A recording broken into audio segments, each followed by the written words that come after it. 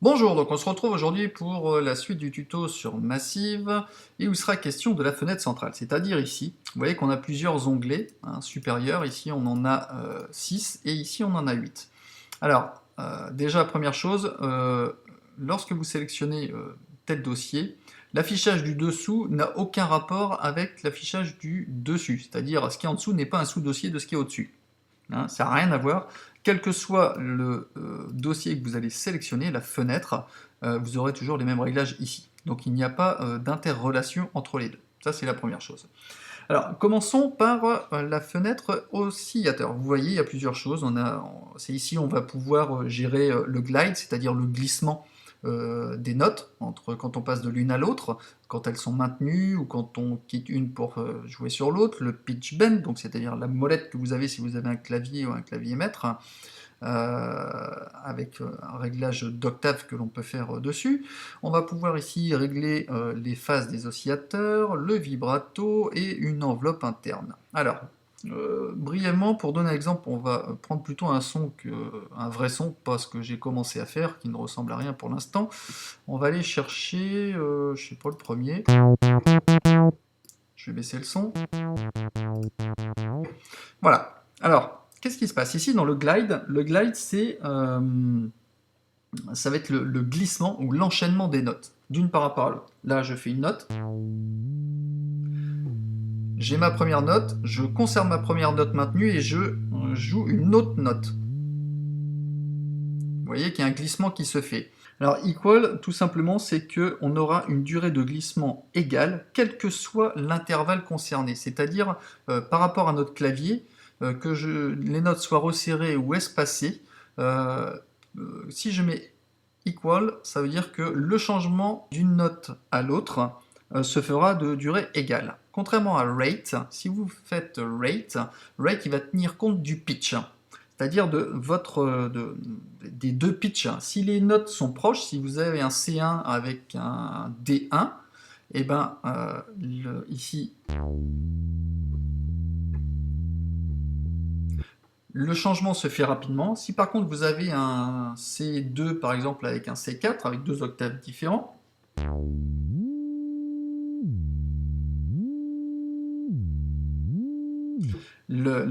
on va dire la coulée sera plus courte avec des notes rapprochées et plus longues si elles sont éloignées. Donc equal et rate. Time, lui, il va permettre de gérer le temps entre le passage d'une note à l'autre, tout simplement. Le pitch bend, bah là, ça va être la montée au niveau de l'octave, de là. Je peux mettre des valeurs plus importantes, on va mettre 12. Je descends avec une valeur faible, et je monte avec une valeur plus importante. Je double-clique pour revenir à 0. Je le remets à la base ici, sur 2 et moins 2. Ici, on a les oscillateurs de phase. Alors, à quoi ça sert? Alors ici, on a Restart via Gate. Quand on l'active, ça veut dire quoi? Ça veut dire que quand il est activé, l'oscillateur va redémarrer à la phase d'origine à chaque changement de note. C'est-à-dire, par exemple, quand vous allez jouer, il y aura une certaine phase qui va se faire. Dès que vous changez de note, hop, si c'est coché, on revient au début à la phase initiale. Et ici, vous voyez que quand on le coche, quand c'est décoché, on ne peut rien changer. Par contre, quand c'est coché, on peut déterminer à quelle phase va commencer tel ou tel oscillateur. Vous voyez? Et donc quand c'est coché, à chaque nouvelle note, hop, chaque oscillateur va recommencer à la phase qui a été indiquée. Alors bon, évidemment, c'est peut-être du charabia pour vous, mais pour ceux qui connaissent un peu le principe des phases par rapport aux oscillateurs, au pire, même si vous ne savez pas, faites je joue avec et vous verrez que vous aurez des nuances sonores qui peuvent être intéressantes. Le vibrato, alors lui ici, le rate, il va définir la vitesse de l'oscillation, de l'oscillateur, et depth, lui, il va déterminer l'amplitude de l'oscillation.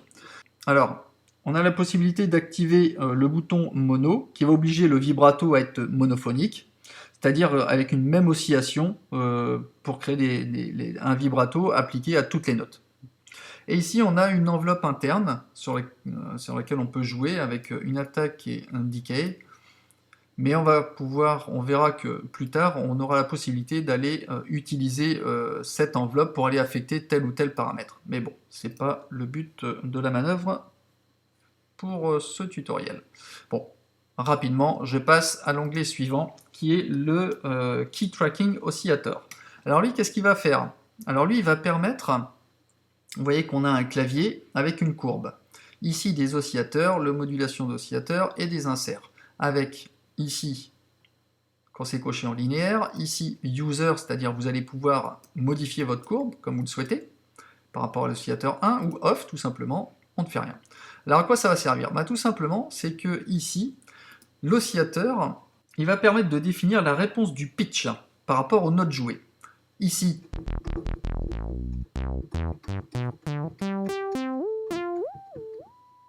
vous voyez que plus je joue dans les graves, j'ai un son qui est grave. Je vais reprendre à la limite mon son basique DRJ. Alors, toc. Ça va être parlant. Ici, donc j'ai linéaire, j'ai des fréquences graves jusqu'à aigu. Ici, si je fais user, je peux dire, je peux mettre au même niveau, par exemple, les notes jusqu'à la moitié du clavier.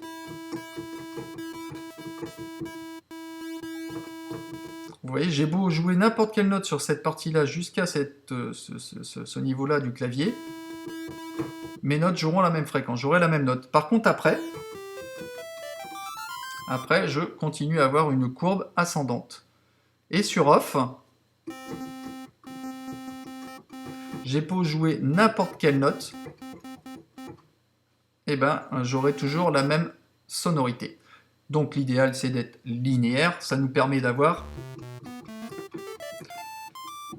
les notes normales des graves aux aigus, mais on peut justement avoir un effet qui peut être assez sympathique et dire, bah tiens, l'oscillateur, je veux que lui, le deuxième oscillateur, il soit constant au niveau de la note sur cette partie-là, et qu'il soit linéaire sur cette partie-là de clavier, tout simplement. Alors le key tracking, mais par rapport au filtre, bah, c'est pareil.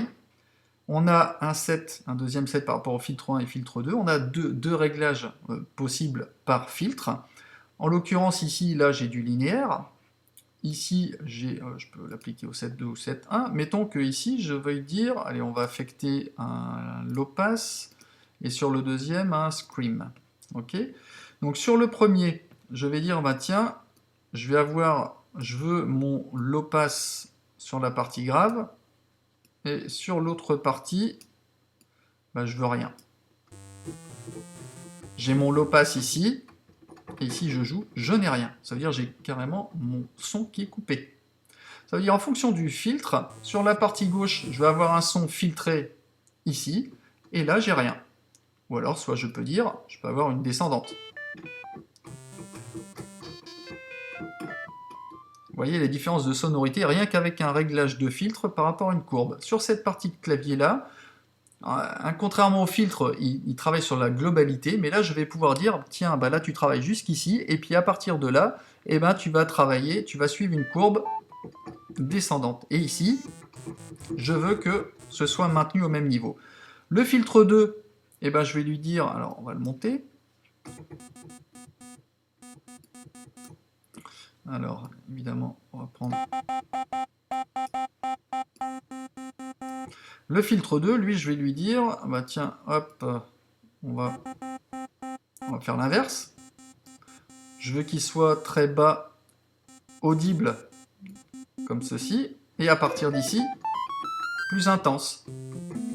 Donc vraiment, on peut customiser ça comme à souhait. Donc n'oubliez pas ici, oscillateur, bah, c'est par rapport à l'oscillateur, et ici, par rapport au filtre, on peut doser le réglage, l'intensité de l'oscillateur ou du filtre sur des zones du clavier, en fonction de certains sets ou de certains paramètres. Alors, voicing, lui, c'est ici qu'on va gérer les voix et la polyphonie. Alors, ne pas confondre ici, hein, j'avais expliqué dans le premier tuto les voix et la polyphonie. Ici, le voicing, donc c'est les voix, c'est le nombre de voix maximum qui peuvent être utilisées à un instant T. C'est-à-dire, si on veut jouer 17 ou 18 notes en même temps, eh ben, la 1 et la 2 sera supprimée. On ne prendra que à partir de la 3e jusqu'à la 18. C'est-à-dire pour faire un ensemble de 14 notes au maximum. Hein, donc il ne faut pas confondre les notes et les voix. Tout simplement, je vais vous donner un exemple, c'est que si on peut jouer une note qui va servir à déclencher plusieurs voix en même temps. Nous verrons qu'on peut affecter, on verra qu'on peut générer des boucles, on peut générer avec le step séquenceur, on va pouvoir générer plusieurs voix en même temps. Donc attention, ne pas confondre note et voix. C'est bien pour ça qu'ici c'est écrit voice et non pas note. C'est vrai qu'en général, quand on parle de polyphonie, on parle de nombre de... On a tendance à dire que c'est un nombre de notes, mais c'est surtout un nombre de voix. Parce que sur une note, on peut jouer plusieurs voix. Et le seul moyen de parer justement cette histoire de notes et de voix, pour pas se laisser envahir par les voix et d'être en conflit et que le son se coupe, ou qu'il y ait des notes qui soient coupées, on a justement le unisono qui lui va permettre, sur une valeur de 1, il va permettre de dissocier les notes des voix. C'est-à-dire si le unisono est sur 1, et ben une note égale une voix. Après nous avons des commutateurs ici de sortie. Alors polyphone, monophone, monorotate. Alors tout ça, ce sont des gestions plus ou moins différentes de polyphonie. Alors, concernant la partie trigger, always, legato, legato, thriller. Alors, ça, c'est assez simple à comprendre. Tout simplement, c'est que le trigger, lui, va servir à gérer le démarrage des sources de modulation par rapport aux notes jouées. En gros, s'il est sur always, à chaque fois, la source de modulation va redémarrer à chaque nouvelle note jouée. En mode legato, eh bien, c'est pareil, sauf qu'il va se déclencher, mais après le relâchement de la dernière, la dernière note précédente. En gros, si vous appuyez sur une note, que vous la maintenez, que vous jouez une nouvelle note, eh ben, en mode legato, ça va commencer que au relâchement de la note précédente. Et le legato thriller, alors c'est la même chose, sauf que c'est, si par exemple vous plaquez un accord avec 3 doigts, que vous rajoutez une note, donc on a 4 notes de maintenu, si vous voulez que ça redémarre, que la source de modulation redémarre, il faut lâcher les 3 notes précédentes. Alors le legato, c'est il faut lâcher la note précédente maintenue, et le legato thriller, il faut lâcher toutes les notes précédentes maintenues. Voilà, je ne vais pas trop compliquer l'affaire. Le unisono spread, alors ici, bon, je ne vais pas rentrer trop dans le détail non plus, en gros, ça va vous permettre de répartir des voix additionnelles avec des petits décalages de pitch ou de position ou de panoramique, ça va affiner encore votre son. Mais là, on est vraiment dans des détails, hein. Ces parties-là sont vraiment utilisées, enfin, pour moi, avec les connaissances que j'ai, plutôt en dernier, pour vraiment affiner votre son. Le routing, bah ça c'est classique, hein, vous commencez à le connaître, même si on ne l'a pas expliqué, ça vous montre toute l'architecture de Massive, en passant le suivi du circuit du son, si vous voulez, voilà, il passe là, alors soit il est interféré par des inserts, s'ils sont désactivés, il va directement dans le filtre, activé ou non, et les 2 filtres après arrivent dans la section master, pour donner notre son au final. Voilà, ça c'est facile à comprendre, on va dire. Ensuite, vous avez donc la position globale. Alors ici, donc, elle paraît effectivement un peu compliquée, je ne vais pas trop m'y attarder. En gros, ici, c'est ici qu'on va vraiment... ça concerne en fait toute la gestion de tous les paramètres. Ici, on a le global tune, alors qui donne la tonalité globale du son.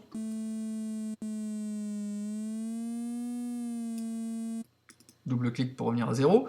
On peut affecter un BPM, donc un battement par minute, pour donner une cadence quand on aura le step sequencer, par exemple, s'il est mis par rapport au rate, c'est-à-dire par rapport affilié au BPM, pour suivre la cadence du BPM, surtout si vous êtes synchronisé par rapport à un séquenceur externe, type Ableton, Logic, Cubase, Horizon, etc., etc. Donc ça peut être pratique.